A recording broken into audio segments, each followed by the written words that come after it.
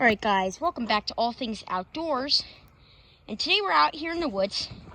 And as I'm sure you remember, if you've been checking up on our videos lately, you'll know that I did a video, a creature feature, on the southeastern five-line skink. And I have a brief video about the broadhead skink, which is another skink species native, along with the common five-line, the coal skink, the little brown skinks. The coal skink is endangered, and the little brown skink is also... The little brown skinks don't really live in this part of the state, but they are native to this area. Like, they could... Like, this is their part of their range, but they don't really live here that much. There might be a couple. I've never seen one. Pretty hard to find, because they spend most of their time underground. But anyway, we're going to be making a video about... In this video, I'm going to tell you how to attract the skinks to your yard, and you may actually attract snakes with this. Now, don't worry. I hope you guys are not afraid of snakes. Never kill a snake, even if you're afraid of it, even if it's poisonous, because snakes are so important to the ecosystem here, as they help, and they're pretty important to us as well, believe it or not, because they actually help to get rid of a lot of population. They help to keep the population of pest animals like rodents, rats, mice, and things like that. They help to keep the population of those kind of animals down. And they also help keep, there's take for example the Lake Erie water snake. These snakes can actually help with invasive species. Take for example the Lake Erie water snake. They are unfortunately critically endangered, and they only live, I think, in Lake Erie, but I'm not sure. I'm pretty sure they only live in Lake Erie, but and if they do live more than in areas other than Lake Erie, they only live in the Great Lakes area. So anyway, and they are actually eating the invasive round gobies, which are a type of fish. They are eating the invasive round goby fish, and they're basically one of the main things that eat those round gobies, because they're an invasive species and nothing else really eats them. But anyway, we're going to be showing you guys how to bring in skinks to your garden or yard or whatever. We're just going to tell you guys how to bring them in. So, and these plywood boards and the planks and plywood are great for skinks. So plywood is great because not only can the skinks bask and hide underneath it, female skinks will actually lay eggs underneath of these. Yes, they lay eggs. They lay to about... They can lay... It's pretty wide range. On Google it'll tell you that they lay around 15 to 18 eggs. I don't actually think that they probably lay around 5 to 10 eggs. They're probably thinking of a different type of skink on Google, but I don't know. So if you really want to do more, if you want to find more out about that, just Google it and do some research on that. I plan on doing research. So we're just going to use any natural materials that we already have other than this plywood and planks and stuff. We are going to use too. Like, see these bark pieces, rotten logs, even logs that aren't rotten are all good. Sticks, twigs, anything. Plants, bushes, trees. It is all good. So without further ado, let's get started. So first we're going to prep the area. I'm going to generally prep the area to get it ready for what we're going to be building here. So we're going to just move these boards out of the way temporarily. And these will be great for mama skink, for female skinks to nest under there and be mothers. The female skinks will actually stay with the eggs after they lay them. They will stay with them until they hatch. Once the eggs hatch, then mama skink leaves and never comes back. And they're very territorial. Even hatchlings from the same litter hate each other. And it's a cruel world out there. Anyway, let's get this party started. Alright, so we're just gonna... So there we go. So the area here is prepped for our first plywood board, which is gonna be one of our main skink nesting areas. It's okay. You don't have to have it completely spotless. It's actually good to have a couple leaves under there so that they have room to burrow. Oops. So we're just going to move it a little bit to the side. And then you want to inspect underneath it to make sure that there's room under there. And there is, so that's good. And you can scatter some leaves around the edge. And don't worry, the skinks can get in. They are they're very good at getting into small places. They are very, very good with stuff like that. So we can just sprinkle some leaves around the board, and this will help them feel secure inside there, and it'll help prevent bigger animals from getting in there. Because we don't really want anything bigger than a snake to go in there. We don't want things like larger animals like predators to these skinks to get in there. Not that they would be able to, but you know, we don't want predators getting into our skink habitat because that's going to scare away the skinks.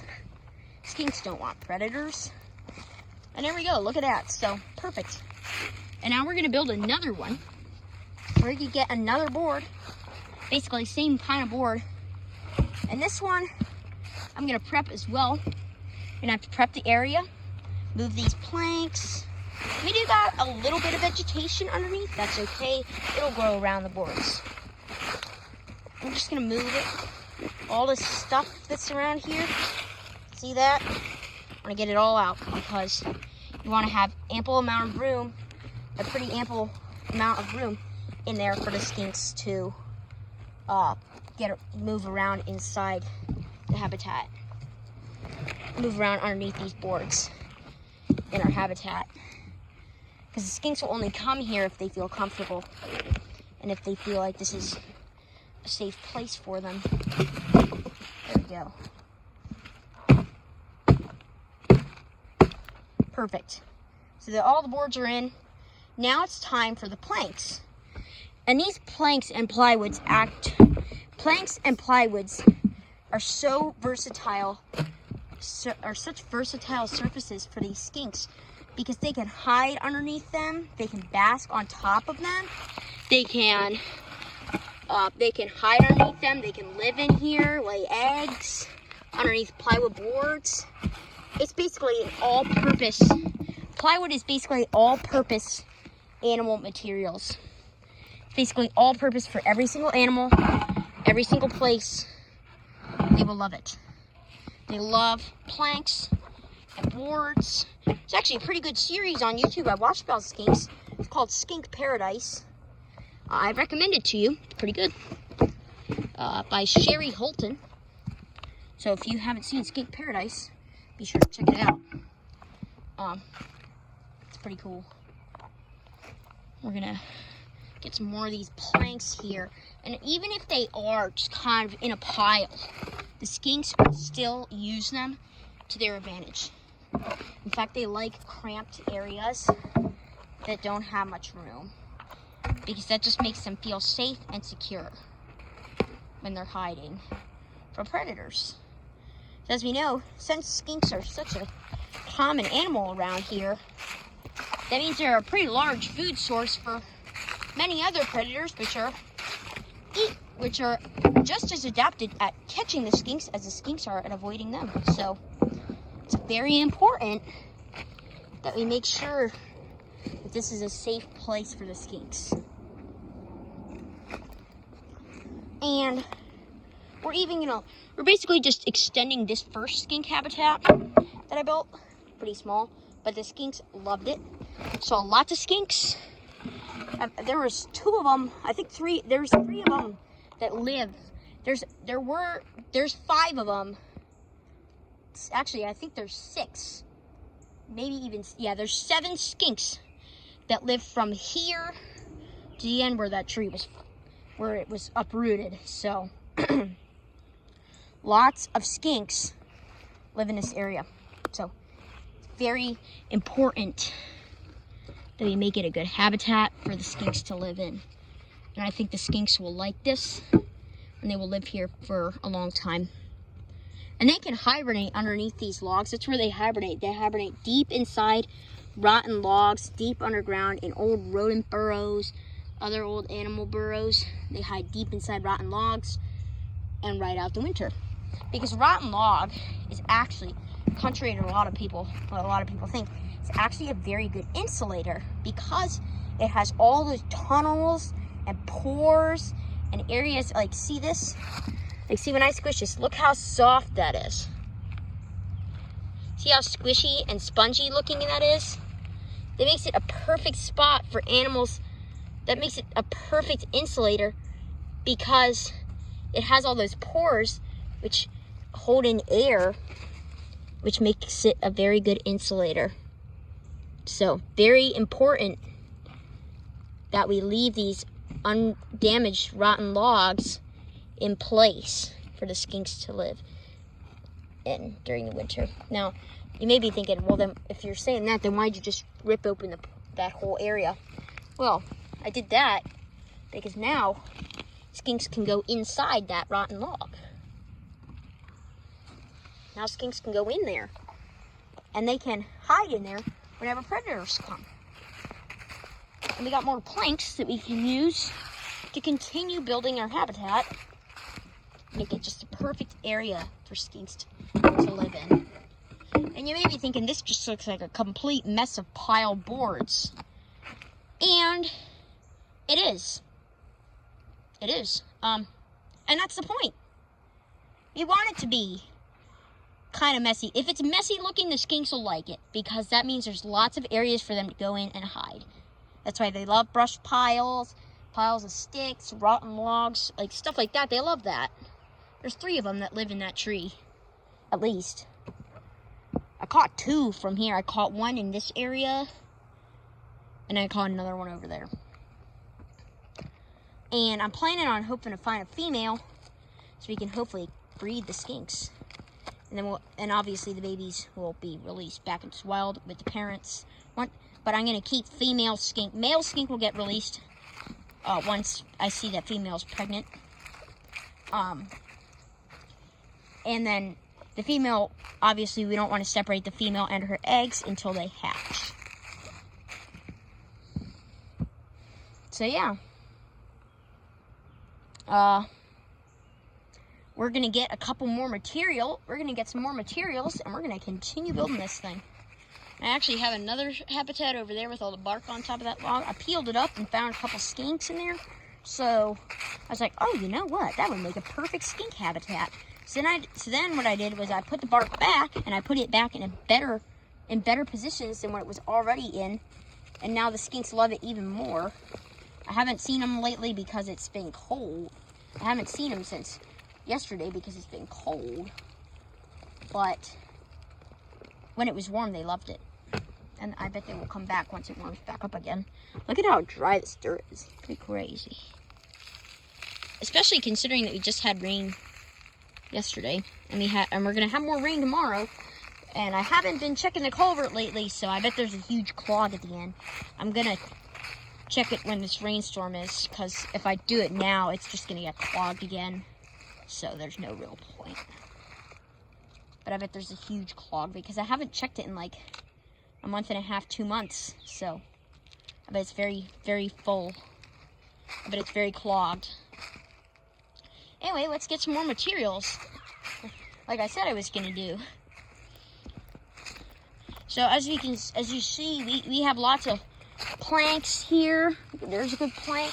And it may just look like, and the skink habitat from here may just look like a big pile of boards, and it kind of is. And that's the whole point.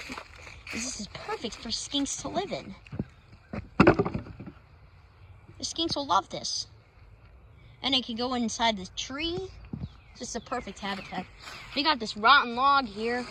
Well, it's not really a log, it's just a piece of wood. We're actually going to shove this. I'm going to put it right here. The skinks can go, because they can be basking on top of this board. And then, oh no, a predator comes, and they'll just go right inside. And they could just go right inside and right underneath. Perfect. We're going to get some more materials. We'll continue building. And the whole point of this is to basically help attract skinks to your yard. And they are gorgeous lizards. The juveniles have blue tails. The males, the older males, and the adult males have, and the lines, and as the skinks grow older, they turn from kind of a blackish color with tan lines, with 5 tan lines running down the backs, and they turn more into a beige, kind of a brown color, with very faint lines. And as with age, and the older the skink gets, the lines disappear even more, to a point where you can't even see the lines. Here's a piece of plywood. And the males, the adult males, have bright reddish orange heads during the breeding season, which is from May to July, depending on where you live. It might start a little bit later and end a bit earlier. Actually, no, it ends at about the same time. It usually ends at around July. And we're gonna actually kind of make this even more secure by kind of just putting that board right in front, so that they have, like, nothing can get in there. Be perfect for the skinks. Absolutely perfect for them. Oh, the video is getting pretty long. Well, we'll just get one more board and stick it right up there, and we'll be good to go. Get another board, and then we will end the video. Let's get a piece of wood. See if I have any piece of wood near here. Pretty sure I do. See what we got. So I don't really see anything, do I? Oh, well. And honestly, we don't have to use actual, like, planks. We can use natural wood. So we're just going to grab this piece here. Be perfect. And I would say it's finished. So that'll be all for today's video. Be sure to like and subscribe and turn on notifications, and be sure to put that down in the comments saying that you did that, and you will get a shout out. And we will see you guys on the next adventure.